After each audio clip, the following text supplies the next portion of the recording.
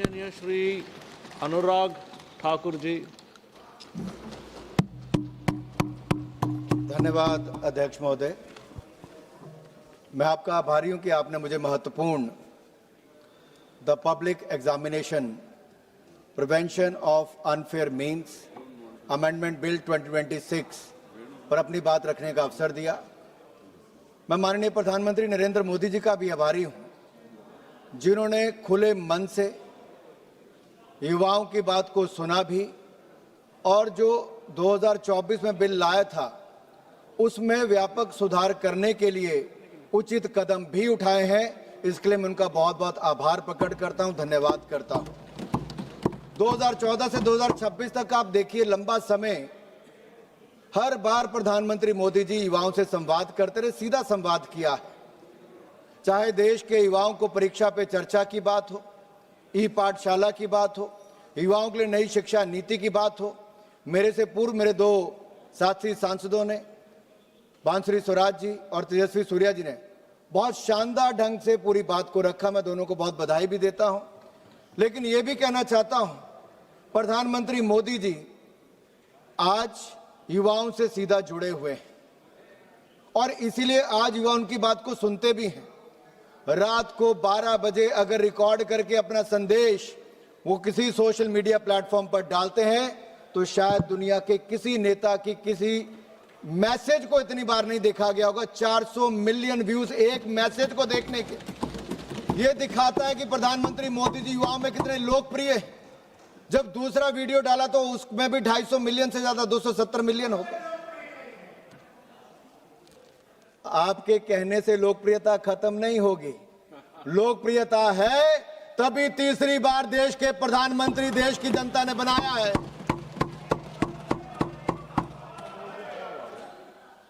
और अध्यक्ष जी, सवाल यह खड़ा होता है कि आज हम सब लोग इस बात पे चर्चा क्यों कर रहे हैं? क्योंकि परीक्षा में धांधली, पेपर लीक ये किसी आतंकवाद और माओवाद से कम खतरनाक नहीं है, क्योंकि इसका सबसे पहला शिकार हमारा युवा होता है। और अपने देश के युवाओं से मैं कहना चाहता हूं, इस पेपर लीक की बीमारी का इलाज भी हम करेंगे, मुकम्मल करेंगे, क्योंकि हर मर्ज की दवा हमें मोदी सरकार में ही मिली है और इसमें भी हम इसका निवारण करने जा रहे हैं, इलाज करने जा रहे हैं। आप देखिए, इस देश में आतंकवाद और नक्सलवाद ने दशकों तक हमें बहुत जुल्म दिए, बहुत जख्म दिए और इन गहरे जख्मों से निजात दिलाने का काम भी मोदी सरकार ने किया। आतंकवाद और नक्सलवाद को जड़ से हमने ही खत्म किया है और पेपर लीक्स की समस्या को भी जड़ से खत्म करने का काम करेंगे। और इसीलिए आज जब हम सब इकट्ठे हुए हैं तो देश के युवाओं को मैं कहना चाहता हूं, ये देश के युवाओं के भविष्य की बात है। हमारी सरकार युवाओं के साथ है और युवा और मोदी सरकार ने मिलकर तय किया है, एक प्लेटफॉर्म पर खड़े होकर तय किया है कि एक ऐसा कानून लाएंगे जो आतंकवाद के खिलाफ बने कानून से भी ज्यादा सख्त होगा और दोषियों को कड़ी कार्रवाई करने पे भी काम आएगा। और आज का ये कानून आप देखिए, जो 2024 में हम लाए थे उसमें संशोधन करने के लिए लाए। अभी वेणुगोपाल जी कह रहे थे, पहले प्रियंका जी ने कहा कि कानून में बदलाव क्यों करने वाले हो। हम सिस्टम को और फूल प्रूफ करना चाहते हैं। हमारे युवाओं के भविष्य के साथ ना कोई खेले, उसके लिए सिस्टम बनाना चाहते हैं। तारीख पे तारीख, डिले पर डिले ये ना हो। जान से लेकर जुडिशियल सिस्टम को समयबद्ध तरीके से काम करने के लिए हम ये नया सिस्टम बनाने जा रहे हैं। लेकिन आप तो समय पर चर्चा करने के लिए तैयार नहीं थे, हाउस चलने नहीं दे रहे थे। राहुल गांधी जी को लगा देश के युवाओं ने उनको पूछा नहीं, ना अखिलेश जी को पूछा, ना किसी पॉलिटिकल पार्टी को पूछा, तो अब करें क्या? तो उन्होंने वो किया जो किसी नेता प्रतिपक्ष को नहीं करना चाहिए। वो प्रधानमंत्री निवास के बाहर जाकर लेट गए। अरे राहुल जी, आपकी तड़प जलन मैं समझ सकता हूं। प्रधानमंत्री निवास के अंदर आपको जाने का मौका नहीं मिल पा रहा, लेकिन बाहर ही लेटने का मौका ले लिया आपने। आपको कभी मौका अंदर जाने का नहीं मिलने वाला है।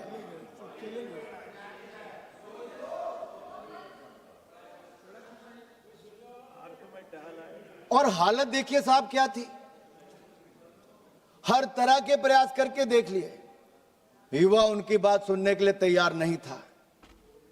लेकिन युवा ये जानता है कि जब 3 मई को नीट एग्जाम हुआ और उसके 3-4 दिन के अंदर एक खबर आ गई कि कुछ लीक जैसी हुई, तो हमारी सरकार ने 12 मई को उसको निरस्त कर दिया और मात्र 3 दिन के अंदर 15 मई को नया यानी कि री एग्जामिनेशन करने का निर्णय लिया, ताकि युवाओं का 1 साल बर्बाद ना हो। यह हमारी सरकार ने निर्णय लिया। यही नहीं, हमने चंद दिनों के अंदर देश भर में 5400 से 40 से ज्यादा सेंटर्स में नीट एग्जामिनेशन को कराया। दुनिया भर के देशों में 14 सेंटर्स पे करवाया, 13 भाषाओं में करवाया और 21 जून को इसको करवा भी दिया। और मात्र 45 दिनों के अंदर सारा प्रोसेस पूरा करके रिजल्ट भी निकाल दिया। ये युवाओं के प्रति हमारी प्रतिबद्धता थी। हम इनकी तरह दिखावा नहीं करते। मोदी जी ने युवाओं के हित में हर कदम उठाया, आगे भी उठाएंगे। हमारे खिलाड़ी अगर देश के लिए खेलने के लिए किसी देश में दूसरे देश में जा रहे हो तो देश के प्रधानमंत्री उनसे संवाद भी करते हैं, आने के बाद उनका अभिनंदन स्वागत भी करते हैं। आज से पहले किसी प्रधानमंत्री ने नहीं किया। इनके समय 800 करोड़ रुपए का मात्र बजट था खेलों के लिए, हमारे समय 4000 करोड़ का बजट हो गया। इनके समय मात्र 65,000 करोड़ का शिक्षा का बजट था, आज उससे दुगने से ज्यादा 1,40,000 करोड़ का बजट हमने करके दिया। प्रियंका जी, आपके उत्तर दूंगा मैं इसके बाद। किस तरह से कितनी भोली सी शक्ल बना के गुमराह करती, मंद मंद मुस्कुराती हैं, स्पीकर साहब को भी मुस्कुराने के लिए बोलती हैं, गंभीर विषय पर भी अपने पुराने जो इनकी सरकार के कुकर्म थे, जो खराब काम थे, उनको ऐसा पर्दा डालने का प्रयास करते हैं। लेकिन सर, मुझे दुख इस बात का है क्योंकि देश के एक बहुत बड़े वैज्ञानिक, एक बहुत बड़े प्रोफेसर, आईआईटी मद्रास के प्रोफेसर वी कामाकोटी जी के बारे में उन्होंने जो टिप्पणी की। कौन है प्रोफेसर वी कामाकोटी जी? हमारे फॉर्मर चेयरमैन है आर्टिफिशियल इंटेलिजेंस टास्क फोर्स के। आरएसएस से होने का कोई गुनाह नहीं, अगर होंगे भी तो उनको गर्व होना चाहिए इस बात का कि आरएसएस के हैं। आप भी ज्वाइन कर लीजिए, आप भी ज्वाइन कर लीजिए, थोड़े संस्कार आ जाएंगे, थोड़े संस्कार आ जाएंगे, देश के बारे में सोचना शुरू कर देंगे अगर आप आरएसएस का हो जाएंगे तो। आईआईटी मद्रास की फैकल्टी थे 2001 से 2022 तक। पीएचडी डिग्री उनकी कंप्यूटर साइंस और इंजीनियरिंग में है। आपका पूरे परिवार की डिग्रियां भी जोड़ लें तो इनके बराबर नहीं हो पाएंगी। और मैं एक बात और कह दूं, मुझे तो लगता था प्रियंका गांधी जी कुछ अच्छा कहेंगी। उन्होंने कहा ये गौमूत्र के विशेषज्ञ हैं। तो गांधी परिवार की सबसे बड़ी समस्या ये है कि वो भारत की परंपराओं को ना तो समझते हैं और ना ही समझने का प्रयास करते हैं, बल्कि उनका उपहास उड़ाते हैं। जिन पर दुनिया शोध कर रही है, कांग्रेस उन पर तंज कस रही है। देश के प्रतिष्ठित प्रेस्टिजियस साइंटिस्ट जो भारतीय ज्ञान परंपरा का अध्ययन करना चाह रहे हैं, कांग्रेस उनका मजाक उड़ाती है। ये हमारी संस्कृति, हमारे समाज और हमारे साइंटिस्ट के साथ सदा कांग्रेस यही करती रही। लेकिन वैज्ञानिक होने का मतलब यह नहीं कि आप अपनी सभ्यता और समाज से कट जाएं, आप अपनी परंपराओं को ना जाने। डॉक्टर कामकोटी जी आधुनिक विज्ञान के शिखर पर है। एक तरफ आर्टिफिशियल इंटेलिजेंस के एक्सपर्ट हो सकते हैं तो दूसरी ओर गौमूत्र पर भी अध्ययन कर सकते हैं, इस पर रोक नहीं है। अपनी जड़ों से जुड़ने पर कांग्रेस को परेशानी है।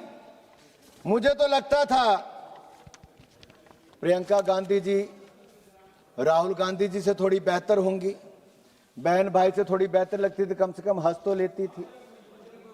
लेकिन आज जो आईआईटी मद्रास के डायरेक्टर के ऊपर तंज कसा, मैं ये कहूंगा भाई बहन एक जैसे लगते हैं, एक ही वनस्पति पर हैं। जिसके इस्तेमाल के साथ दिमाग कई बार सही तरह से फंक्शन नहीं करता है, और हो सकता है गौमूत्र इसको क्योर करे। डॉक्टर साहब, हो सकता है एक ही गौमूत्र उनको क्योर करे। इसलिए मैं फिर एक बार कहता हूं,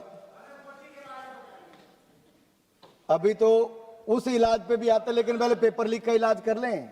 आनंद जी, आनंद आएगा सुनने में। भदौरिया जी,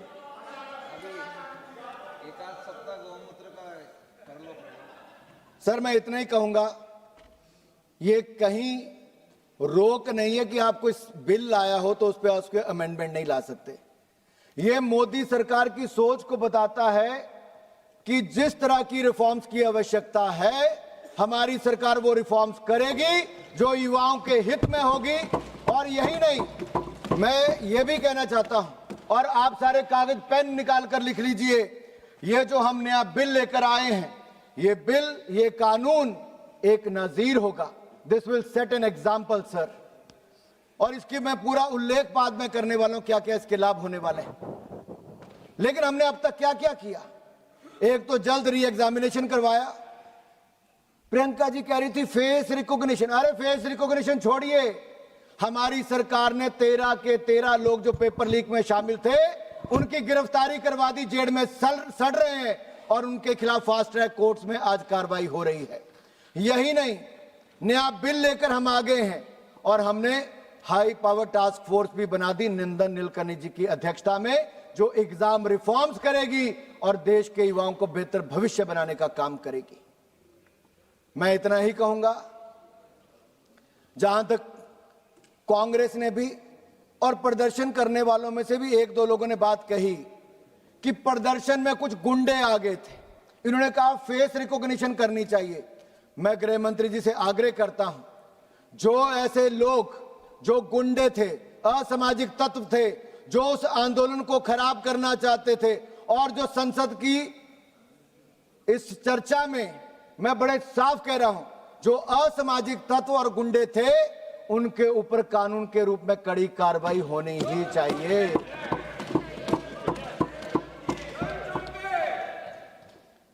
देश का युवा पेपर लीक की बात करने आया था, बेहतर सिस्टम की मांग करने आया था। वो पुलिस की गाड़ियां जलाने, पुलिस को पीटने नहीं आया था। देश का युवा नहीं कर सकता। ये मुझे ही समाजवादी पार्टी के कुछ सांसद कह रहे थे, हम गए तो हमें भी उन्होंने भगा दिया कि आप क्यों आए हो। मैंने कहा भाई आपका ट्रैक रिकॉर्ड ही ऐसा था, आपको वहां कौन लेता है? अरे आपके नेता अखिलेश यादव जी पे आऊंगा मैं, ठहरो जरा, बताता हूं क्या बोलते थे वो। उन युवाओं ने भी इनका मजाक उड़ाया।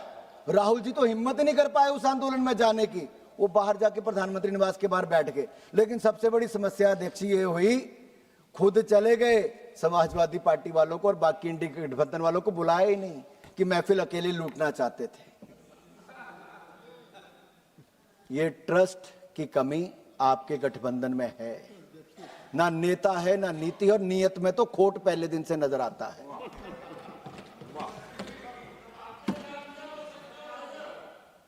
लेकिन मैं आपको विश्वास दिलाता हूं, आप जो कह रहे हैं, जो लोग पेपर लीक के अंदर कसूरवार थे, माफिया हैं, उनको मिट्टी में मिलाने का काम नरेंद्र मोदी की सरकार करेगी। देश के युवाओं को आश्वस्त कराना चाहता हूं।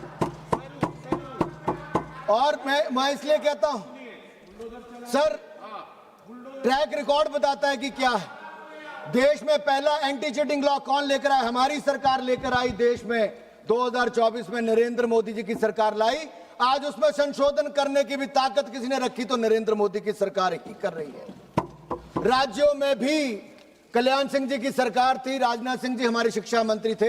उस समय हमने उत्तर प्रदेश में बेहतर शिक्षा लाने के लिए राजनाथ जी ने शानदार काम किया, एंटी चीटिंग लॉ वहां पर हम लाए। लेकिन अखिलेश यादव जी और मुलायम सिंह से जब मैं पूछना चाहता हूं, जब उस समय मुलायम जी थे, क्या भाषण देते थे।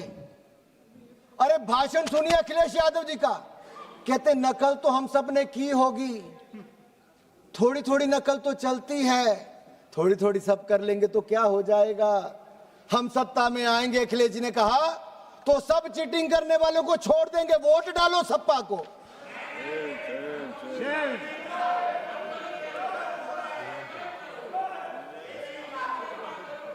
सर ये कुछ कहना चाह रहे हैं सर इनको।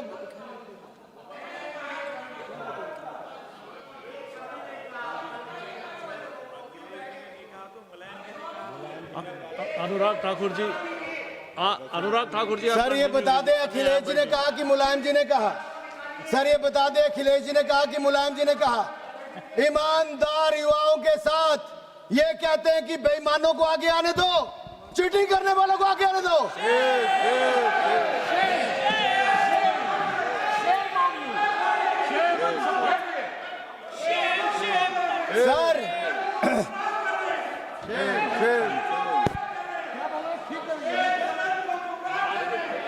सर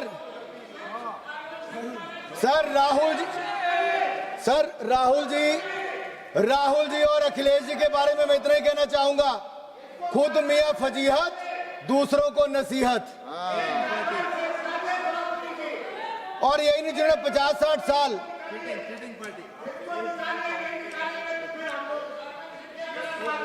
सर ये बता सकते हैं कि अखिलेश जी ने कहा, मुलायम जी ने कहा, सपा के किस नेता ने कहा।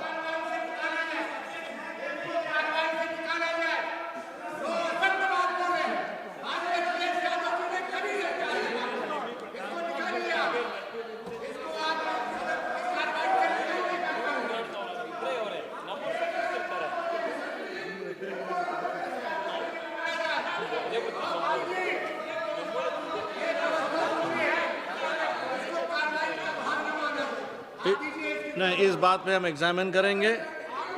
नहीं, हम इस बात पे हम एग्जामिन करेंगे, रिकॉर्ड देखेंगे, उसके बाद में निर्णय लेंगे। स्पीकर साहब के पास जाएंगे। नहीं, जो हमको कहना है हमने कह दिया है। आप बैठिएगा प्लीज, आप बैठिएगा। अब बोलिएगा अनुराग ठाकुर जी।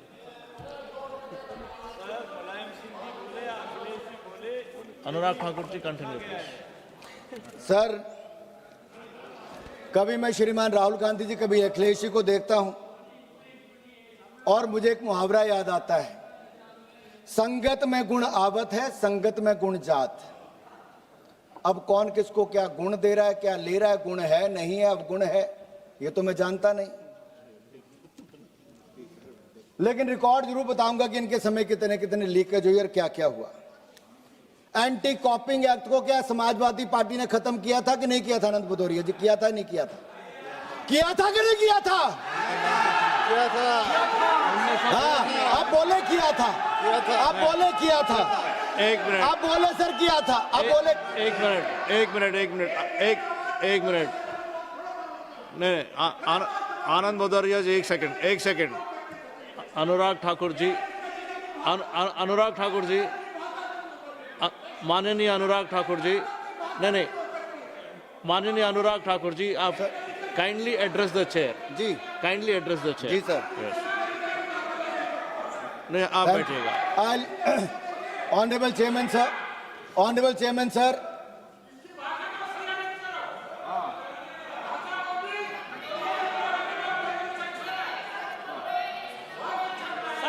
सर सच थोड़ा कड़वा होता, थोड़ा ज्यादा जोर से लगा समाजवादी पार्टी को, लेकिन मैं इतना जरूर कहूंगा, 2012 में UP police recruitment exam paper leak किसने किया?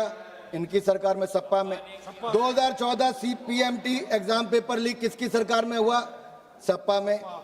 2015 UP civil services exam paper leak किसकी सरकार में हुआ? सपा में। 2015 UP TU BTech exam paper leak किसकी सरकार में हुआ? सपा में। 2016 Uttar Pradesh SSC CPU exam paper leak किस में हुआ? सपा में। 2016 government polytechnic exam paper leak किस में हुआ? सपा में। सर हर लीक के पीछे सपाई माइंड था, हर लीक के पीछे सपाई माइंड था। यूपी को नकल प्रदेश और पेपर लीक प्रदेश इनकी सरकार ने बना दिया था, समाजवादी पार्टी ने। सर यही नहीं, उत्तर प्रदेश लोक सेवा आयोग के अध्यक्ष किसको बनाया गया? डॉक्टर अनिल यादव। क्या हो गया सर? आनंद भदौरिया जी पूछ रहे क्या हो गया? क्या बताते सर अब देश को बताना पड़ेगा क्या हो गया।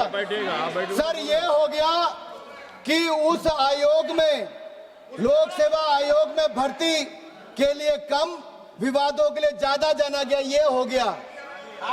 खराब आंसर्स को आपने ठीक मान लिया, ये हो गया। जो लायक नहीं थे आपने उनको लायक बना दिया, ये हो गया। और लोक सेवा चयन आयोग वो यादव आयोग बना दिया गया, यादव आयोग बना दिया गया। ये गेट के बाहर लग गया सर, यादव आयोग हो गया सर। सर अब तो एसडीएम और बाकी सब जो ऐसे चुने गए। सर ये क्या तरीका सर? सर मैं ऑथेंटिकेट करता हूँ। बोलने नहीं, उनको बोलने दो सर देखिए, एक मिनट रुकिए। यस सर सवाल ये है, इन्होंने प्रतिभाशाली मैं आपको युवाओं बोल की रहा हूं। चिंता नहीं की, जाति विशेष को होने के ऊपर इनके ऊपर एक ऐसा धब्बा लगा। बोल रहा हूं। सर आज ये युवाओं की बात करते हैं, वह जाति के ऊपर बांटने का देखिए, काम करते हैं। ये ईमानदार आप बैठिएगा, होनहार मैं बोल छात्रों के रहा साथ हूं। न्याय आप नहीं बैठिएगा, करते मैं रहे, उनका हक बैठिएगा, छीनने मैं का बोल रहा काम अखिलेश यादव और उनकी आप बैठिएगा। सरकार ने किया। सर सत्ता का दुरुपयोग किया गया और सर कोर्ट ने उस चेयरमैन डॉक्टर अनिल यादव को हटाया कि नहीं हटाया? समाजवादी पार्टी इसका जवाब दे सर। हटाया गया सर उनको? आज युवाओं के हित की बात करते तब युवाओं के हित कहाँ थे तब युवाओं के हित? सर क्या ये वापस आने की बात करेंगे तो फिर नकल करवाएंगे, फिर पेपर लीक करवाएंगे, फिर लोक आयोग को एक जाति का आयोग बना कर देंगे? सर ऐसा कैसे चलेगा सर? सर ये तरीका गलत। देखिए सर एक सेकेंड, मैं जो बोल रहा हूँ आप सुनिए, मैं जो बोल रहा हूँ आप सुनिए। आप वापस जाइए, मैं आपको बता रहा हूँ।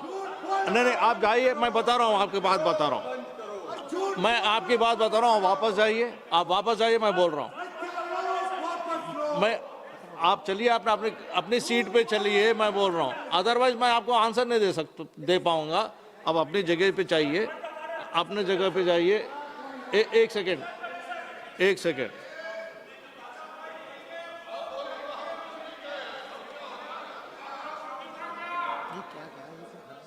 देखिए एक सेकेंड निखिलेश जी। नहीं जो उन्होंने कोट किया है उसका ऑथेंटिफिकेशन पूछेंगे या रिकॉर्ड देखेंगे, उसके ऊपर कार्रवाई होगी। आप बैठिएगा प्लीज, आप बताइए। नहीं जो नो मेरा रूलिंग हो गया है, मेरा रूलिंग हो गया है। मेरा नहीं, आप जो ऑब्जेक्शन रेज किए हैं उसका रूलिंग हो गया। आप बैठिएगा प्लीज, बैठिएगा, आप बैठिएगा। निखिलेश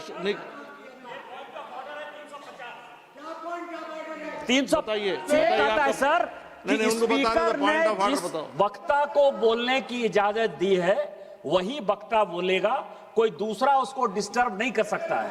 कोई यदि दूसरा डिस्टर्ब करेगा तो ये हाउस के नियम के खिलाफ। ये हाउस का नियम जो है सबों ने बनाया है सर, और समाजवादी पार्टी उसको तोड़ रही है सर। वो केवल ऑथेंटिकेट करने के लिए कह सकती है, and he is ready to authenticate.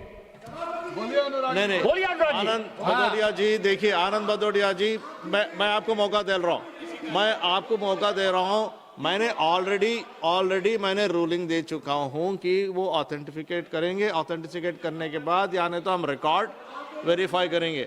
अगर आप पॉइंट ऑफ ऑर्डर रेस करना चाहते हैं तो आप पॉइंट ऑफ ऑर्डर रेस कर सकते हैं। पॉइंट ऑफ ऑर्डर है क्या? आप पॉइंट ऑफ ऑर्डर रेस कर रहे क्या? रूल नंबर नहीं होगा सर। नहीं है ना, नहीं है तो मैंने जवाब दे दिया।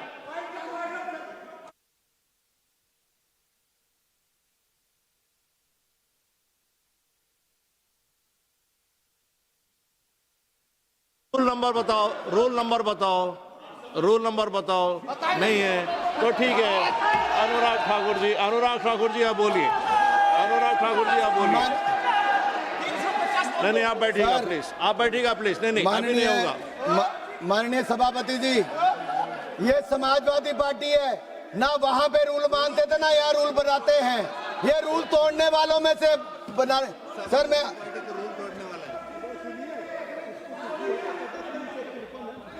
आप बोलिएगा प्लीज। माननीय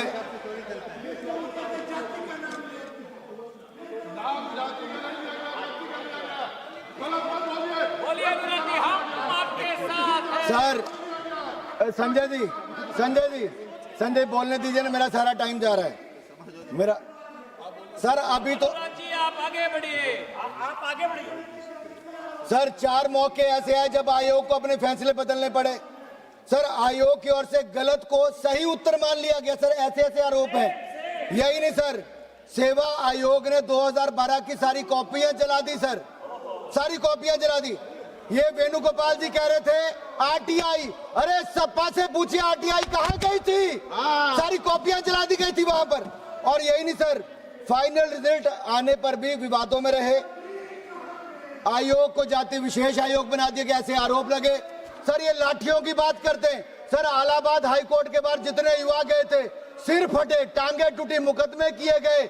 आज मैं पूछता हूं कहां पर है वो? इन्हीं की सरकार ने लाठियां चलाई थी सर। सर इनकी हालत तो वो है, 100 चूहे खाकर बिल्ली हज को चली। 100 पेपर लीक करवा के राहुल गांधी अखिलेश यादव आंदोलन करने चले सर। सर जिन्होंने गुलशन को उजाड़ा वह गुलशन में बाहर लाने की दुहाई दे रहे हैं। ऐसी आपकी हालत है, कौन आप पे विश्वास करेगा? सर मैं आपको अगली बात करता हूं। सर कांग्रेस पे आता हूं सर।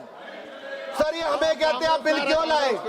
सर 1986 में एजुकेशन पॉलिसी राजीव गांधी जी लेकर आए, लेकिन उस एजुकेशन पॉलिसी में था कि एक सेंट्रल एग्जामिनेशन करवाया जाएगा।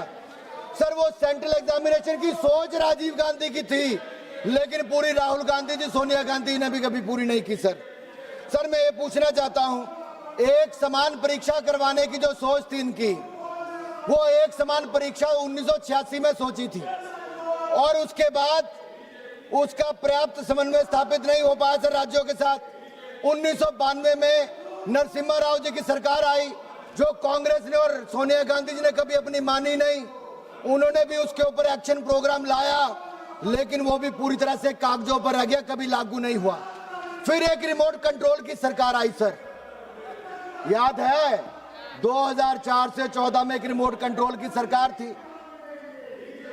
वो 7 नंबर से नहीं 10 नंबर से चलती थी, क्योंकि राजीव गांधी जी ने सोचा था सेंट्रलाइज टेस्ट हो, उसको उस सरकार ने पूरा नहीं होने दिया। जब कपिल सिब्बल जी 1 नेशन 1 टेस्ट की सोच लेकर आए, तो उस समय इन्होंने वो भी नहीं होने दिया। 2.5 साल से अधिक तक उसमें खींचतान चली और योजना अस्तित्व में नहीं आई। मूल प्रस्ताव कहीं और ज्यादा कमजोर हो गया सर इन्होंने केवल नीतियां घोषित की, परंतु राजनीतिक इच्छा शक्ति नहीं दिखाई सर, ना संस्थागत सहमति बनाई। 4 दशकों तक युवाओं को बिखरी हुई असुरक्षित परीक्षा व्यवस्था इन लोगों ने दी। सर अब मैं आता हूं पेपर लीक पर। सर इनको बिठाइए सर, ये तरीका ठीक नहीं है।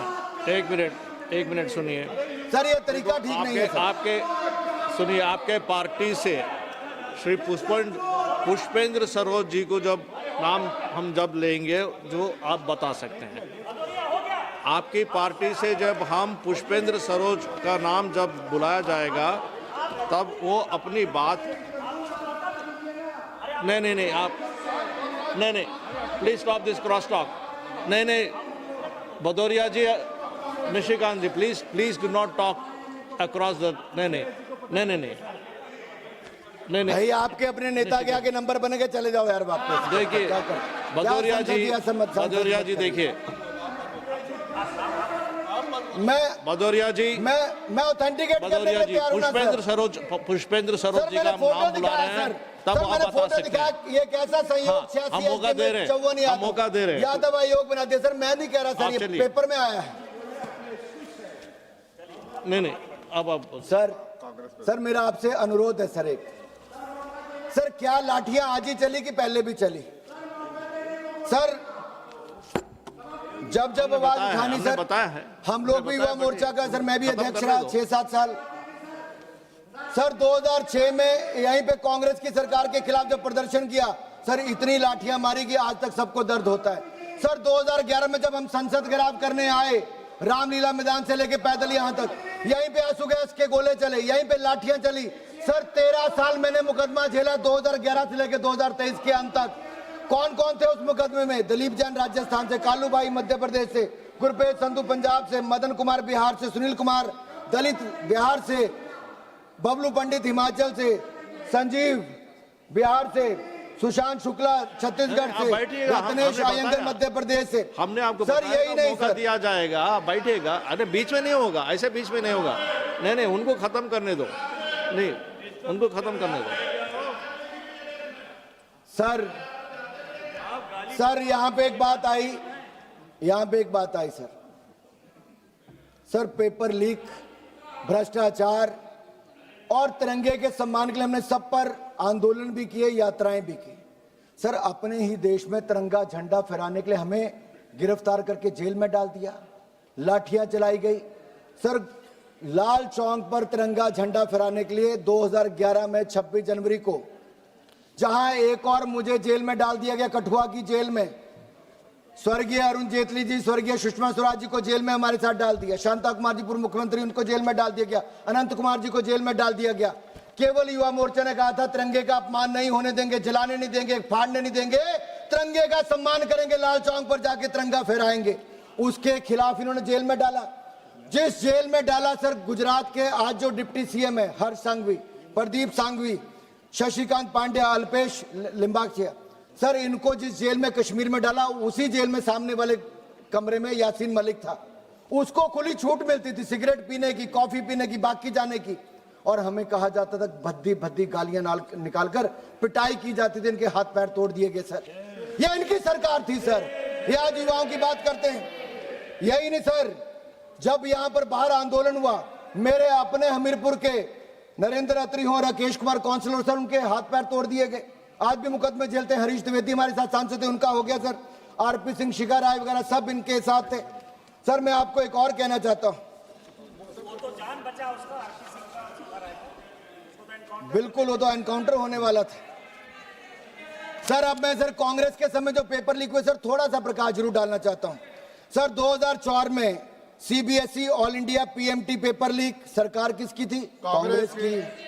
2006 CBSE class 12 accountancy paper leak सरकार किसकी थी? कांग्रेस की। 2006 AIIMS post graduate MBBS paper leak सरकार किसकी थी? कांग्रेस की। 2007 AIEEE paper leak all India engineering paper leak सरकार किसकी थी? कांग्रेस की। 2007 CBSE class 12 accountancy paper leak सरकार किसकी थी? कांग्रेस की। 2007 आईसीआई सीपीटी पेपर लीक सरकार किसकी थी? कांग्रेस की। 2008 पीएमटी पेपर लीक सरकार किसकी थी? कांग्रेस की। 2009 common law admission test paper leak सरकार किसकी थी? कांग्रेस की। 2009 railway recruitment board paper leak सरकार किसकी थी? कांग्रेस की। 2009 हरियाणा पेपर लीक सरकार किसकी थी? कांग्रेस की। 2011 एआईई पेपर लीक सरकार किसकी थी? कांग्रेस की। 2012 एम्स एमबीबीएस पेपर लीक सरकार किसकी थी? कांग्रेस की। 2012 JK medical entrance exam paper leak सरकार किसकी थी? कांग्रेस की। 2012 Mumbai university exam paper leak सरकार किसकी थी? कांग्रेस की। 2012 railway group D paper leak सरकार किसकी थी? कांग्रेस की। 2013 Maharashtra high secondary certificate exam paper leak सरकार किसकी थी? कांग्रेस की। 2013 Rajasthan administrative services paper leak सरकार किसकी थी? कांग्रेस की। 2013 कर्नाटका पीयूसी पेपर लीक सरकार किसकी थी? कांग्रेस की।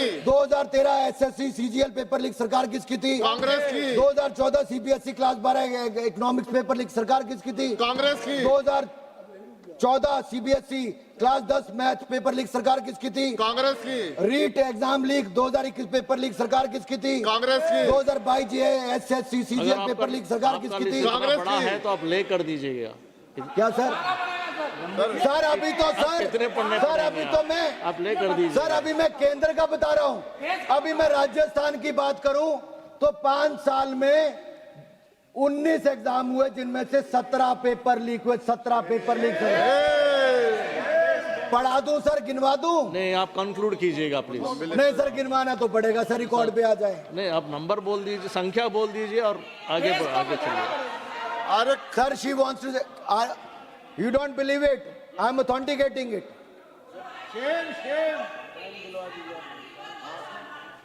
सर मैं बहुत क्लियर हूं सर, आज केरल पब्लिक सर्विस एग्जाम की बात करें, कमीशन की बात करें, वहां पे पानी पड़ रहा है, वहां पे लाठी चल रही है, तो वहां पे इनको नजर नहीं आता होगा राहुल जी, प्रियंका जी को। सर, हिमाचल प्रदेश में स्कैम पे स्कैम हो रहा है, स्कूल बंद कर दिए जा रहे हैं। क्या इनको हिमाचल के स्कूल नजर नहीं आते? वहां कहा था 5 लाख युवाओं को नौकरी देंगे। सर, 5 साल सरकार को होने आए, वहां नहीं दी। तनख्वाह देनी बंद हिमाचल प्रदेश में कर दी, काट के अधिकारियों को तनख्वाह दी जाती है, प्रदेश को कर्जे में डुबा दिया। सर, ये बात करते हैं घोटालों की। सर, मैं इतना ही कहूंगा। आप बिल पे आ जाइए प्लीज। सर, मैं बिल पे आ रहा हूँ। अरे बिल का ही हिस्सा है सर, ये बिल ही है, यही तो है सर। बिल का क्यों बता रहा हूँ सर, ये क्यों करना पड़ा सर? ये बिल सर, है। एग्जाम रिफॉर्म्स क्यों चाहिए सर, इसलिए बता रहा हूँ। बिल ही है, बिल ही है। सर, हो क्या गया सर? सर, एक मैं सभी सांसदों को कहता हूं, थोड़ा ध्यान से सुनिए। सर, 12 साल से हम सरकार में, आज का जो 18 साल का बच्चा होगा उसको ये नहीं पता होगा कि कितनी जातियां, कितना भ्रष्टाचार, कितने देश विरोधी कार्य कांग्रेस ने 2004 से 14 तक किए।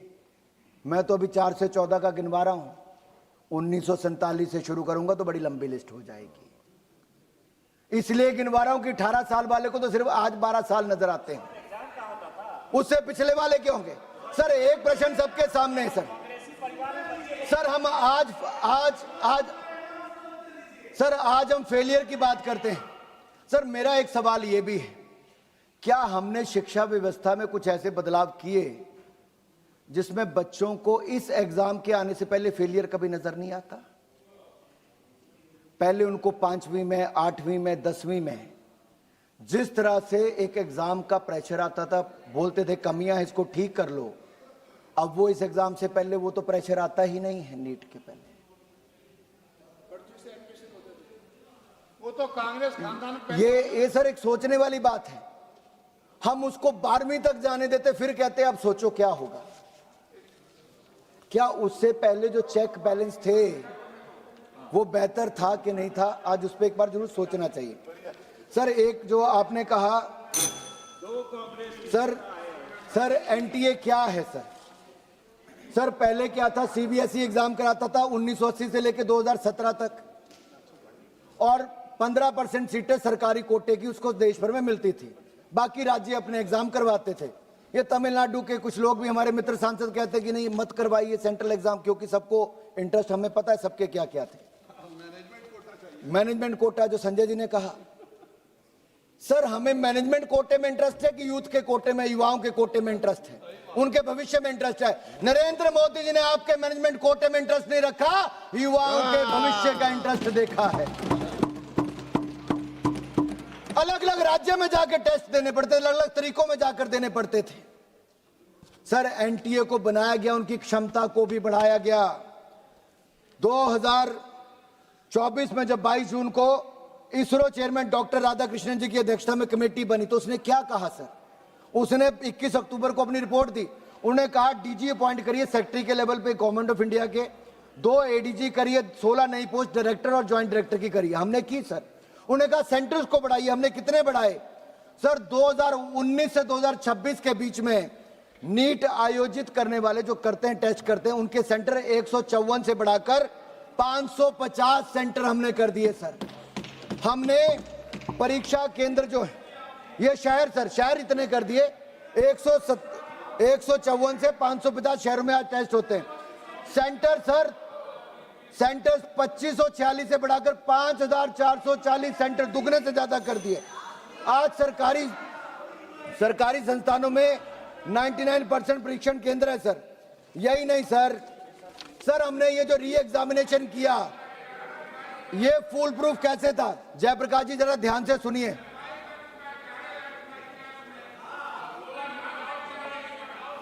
सर, दोनों सांसद हरियाणा से हैं। मैं दोनों सांसदों से पूछता हूं, अपने दिल पर हाथ रख के बोलना, 10 साल जब आपकी सरकार थी, खर्ची और पर्ची की सरकार थी सर, खर्ची और पर्ची, क्या खर्चा करो या पर्ची पर लिखकर आता था? सर, ये चाहते थे कि हरियाणा की कांग्रेस सरकार का लाऊं। जयप्रकाश जी, खर्ची और पर्ची की सरकार हरियाणा में चलती थी 2004 से 14 तक। युवाओं ने आपको बाहर रखा है सर। सर इनको बिठाइए सर, मेरे 3 मिनट और हैं सर।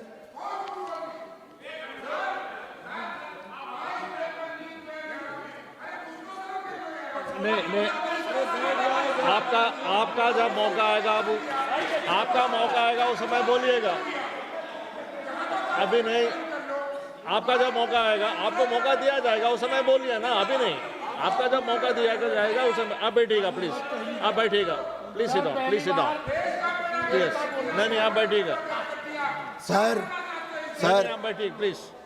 माननीय सभापति जी, इससे बड़ी शर्म की क्या बात होगी और बेशर्मी क्या होगी। कांग्रेस के सांसद जो जिस राज्य से आते हैं, जहां हरियाणा की खर्ची पर्ची की सरकार की मैंने बात की, वो आरोप आपकी सरकार पर प्रदेश के युवाओं ने लगाए और आप बेशर्मी के साथ यहाँ खड़े होकर कहते हो, अरे आपने ध्यान दिया होता तो ऐसा नहीं हुआ होता। Anurag Thakur ji, please kindly address the chair. माननीय सभापति जी, 2 मिनट्स। ये जो री एग्जामिनेशन हुआ सर, ये जो री एग्जामिनेशन हुआ सर, इसके लिए व्यापक स्तर पर सर, अब तक की सबसे व्यापक और बहुस्तरीय सुरक्षा की व्यवस्था की गई सर। युद्ध स्तर पर काम किया गया सर। 2 महीने से कम में री एग्जामिनेशन नीट किसी ने करवाया तो नरेंद्र मोदी जी की सरकार ने सफल करवाया है सर। इसमें 2500 केंद्रों से बढ़ाकर 5440 केंद्रों पे करवाया, दुनिया के देशों में 14 शहरों में करवाया और सर 13 भाषाओं में करवाया। यही नहीं सर, 1,38,000 सीसीटीवी कैमरा लगाए गए और 48,448 बायोमेट्रिक वेरिफिकेशन पर्सनल की तैनाती की गई। 38,795 फ्रिस्किंग स्टाफ की नियुक्ति की गई। 51,311 सिग्नल चैम्बर स्थापित किए गए। 6,700 फिजिकल ऑब्जर्वर्स की तैनाती की गई। 100 से अधिक वर्चुअल ऑब्जर्वर्स केंद्रीय स्तर पर लाइव सीसीटीवी कवरेज को देख रहे थे। मॉक ड्रिल की गई। जिला स्तर पर और राज्य स्तर पर कोऑर्डिनेशन कमेटी से मीटिंग की गई। पेयजल, ओआरएस, एम्बुलेंस की सुविधा की गई। शेड बनाए गए ताकि धूप में खड़ा ना होना पड़े। एक एक बात की चिंता माता पिता से लेकर विद्यार्थी की किसने की तो नरेंद्र मोदी की सरकार ने की है। और सर रिजल्ट मात्र 25-27 दिनों में ले आए सर। और रिजल्ट आया क्या sir? Record 11,21,000 students under graduate के मेडिकल, डेंटल और आयुष जैसी सेवाओं में उत्तीर्ण हुए सर, क्वालिफाई हुए सर। हमने कोई शुल्क नहीं लिया, वापस पुराना शुल्क भी वापस कर दिया। ओएमआर शीट को ढंग से भरे तो 15 मिनट फालतू भी दिए। रफ शीट भी उपलब्ध करवाई गई। सर एक सवाल ये खड़ा होता है सर एग्जाम रिफॉर्म पे तो Nandan please conclude sir, kindly conclude. Sir, I'll take last 3 minutes, but please tell them not to disturb, sir. Sir, I'll take 1.5 minutes on the bill. What are the provisions of the bill, and also what is the education reforms under the Modi government, sir? Just 3 minutes, sir. Okay. Meanwhile, Sir, just one इनको second. बोलिए टोके ना, sir. Just one second. Honorable Minister would like to make any announcement. Arjun, आप बोलना चाह रहे हैं? हाँ.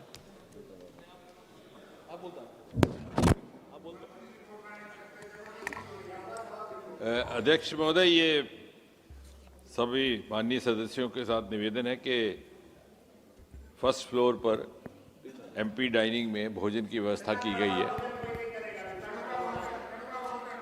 वो जिसको भूख लगी है वो करे, जो अगर आप भूखे नहीं है तो नहीं भी करे, उसमें कोई दिक्कत नहीं है, अपनी पाचन क्रिया के हिसाब से। लेकिन हमारी तरफ से क्योंकि एक ऐसे सुझाव आया था कि चूंकि देर तक बैठना है तो उसकी व्यवस्था विभाग की ओर से ऊपर कर दी। धन्यवाद सर। सर सभापति, लास्ट 2 minutes, काइंडली कंक्लूड। माननीय सभापति जी, इस बिल में अगर कोई व्यक्ति अपराधी है तो उसको सजा बढ़ाकर 5 से 10 साल कर दी, 10 लाख का जुर्माने से बढ़ा के 50 लाख का कर दिया। सर्विस प्रोवाइडर का सर 5 करोड़ रुपया उसको जुर्माना और डिपार्टमेंट 8 साल तक कर दी। ऑर्गेनाइज क्राइम में कोई होगा तो उसको जुर्माना 10 करोड़ का लगेगा और उसको सजा भी 7 साल की सर। और स्पेशल टास्क फोर्स का गठन का भी इसमें प्रावधान किया गया है। जांच को मात्र 2 महीने में पूरा करना होगा और special task force, special court भी बनाए जाएंगे। चार्जशीट के 3 महीने के अंदर मामला निपटाया जाएगा। हाई कोर्ट में भी डबल बेंच होगी सर, और 3 महीने में निपटाने का काम किया है सर। इससे दिखाता है कि कैसे तारीख पे तारीख नहीं होगी और जल्द न्याय मिल पाएगा। नकल का नेटवर्क टूटेगा, मेहनत का भारत जीतेगा, दलालों का खेल रुकेगा, प्रतिभा का भविष्य बनेगा। सर पंजाब में जो आम आदमी पार्टी की सरकार है सर, 5 ऐसे सर घोटाले देखिए, पीपीएससी नायब तहसीलदार recruitment scam, Punjab state teacher eligibility scam, PSCB class 12 board English examination scam, PPSC agriculture development officer scam, PPSCB group B officer combined exam, pharmacy officer hitech cheating है sir. ये इतने 5 लाख लोगों को सीधा पंजाब में नुकसान हुआ। ये स्कैम चीटिंग के मामले, पेपर लीक के मामले ये पंजाब के आए सर, और ये बेशर्मी के साथ उनके साथ जाकर बैठे थे। सर मैं एक बात कहना चाहता हूं सर अगर आप देखेंगे सर, प्रियंका जी कह रही थी मेडिकल कॉलेज बढ़ाने चाहिए सर। मेडिकल कॉलेज कांग्रेस की सरकार में 60 साल में 387 बने, आज वो बढ़कर 844 हो गए, दुगने से ज्यादा 844। एमबीबीएस की सीटें 51,348 थी, वो आज 1,39,490 हो गई। मेडिकल पीजी की सीटें 31,190 थी, आज वो बढ़कर 86,360 हो गए। 16 आईआईटी थे 23 हो गए, आईआईएम 13 थे 21 हो गए, ट्रिपल आईटी 9 थे 25 हो गए, 7 एम्स थे आज 21 हो गए। हायर एजुकेशन इंस्टीट्यूशन 51,000 थे, आज वो 70,000 हो गए। यूनिवर्सिटी 760 थी, आज 1,338 हो गई। और टोटल एनरोलमेंट बढ़कर 4 करोड़ 50 लाख हो गई, 31% वृद्धि हुई। यही नहीं, ग्रॉस एनरोलमेंट रेशो 30% हो गई और महिलाओं की 31.2% हो गई। सर एससी एसटी 70% और 100% इनकी हो गई। सर मैं कुल मिलाकर ये कहना चाहता हूं, मोदी सरकार ने एजुकेशन रिफॉर्म्स भी लाए, एग्जाम रिफॉर्म्स भी लगाए। आज युवाओं का भविष्य सुरक्षित करने के लिए, सुनहरा करने के लिए आज एक ऐसा बिल लाए हैं। पेपर लीक पर प्रहार करेंगे और माफिया को दबाएंगे और युवाओं को उज्जवल भविष्य बनाएंगे। आप सब अवैध தலைவர் அவர்களே नंबर क्या है? आप कौन सा रूल नंबर बोल रहे हैं? 352। ठीक है, हम देख रहे हैं। हाँ बोलिए, आप बोलिए, क्या है बोलिए। आ गया। सभापति जी, जिस तरीके से अभी माननीय सदस्य ने हमारे नेता आदरणीय राष्ट्रीय अध्यक्ष जी के प्रति जिस तरीके से मिथ्या आरोप लगाया है, आप रूल पढ़िए प्लीज। रूल पढ़ रहे हैं सभापति जी। 352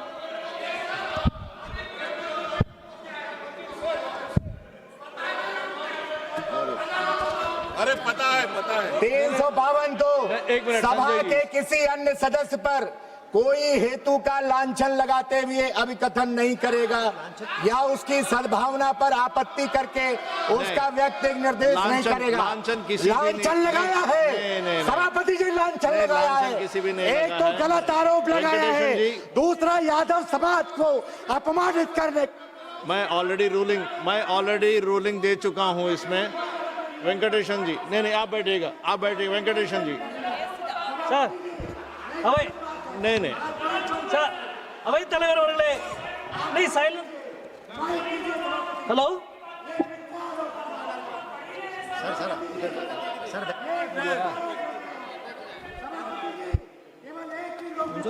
मिस्टर वेंकटेशन प्लीज कंटिन्यू।